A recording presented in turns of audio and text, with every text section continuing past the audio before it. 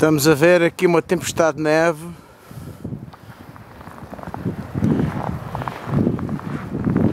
Mais ou menos 1 metro de altura neste momento.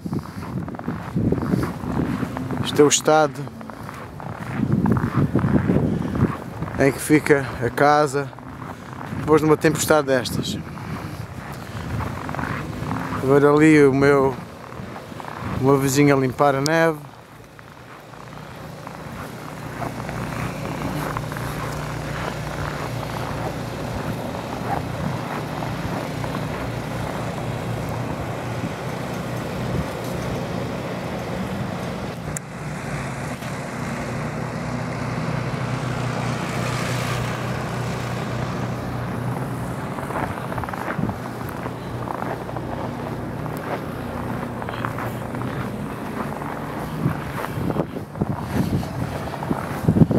E isto é o que ainda tenho aqui na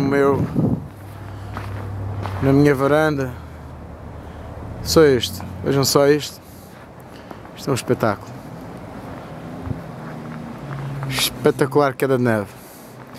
Venham para o Canadá, ganhar dólares e passem um bocadinho desta experiência. É muito boa.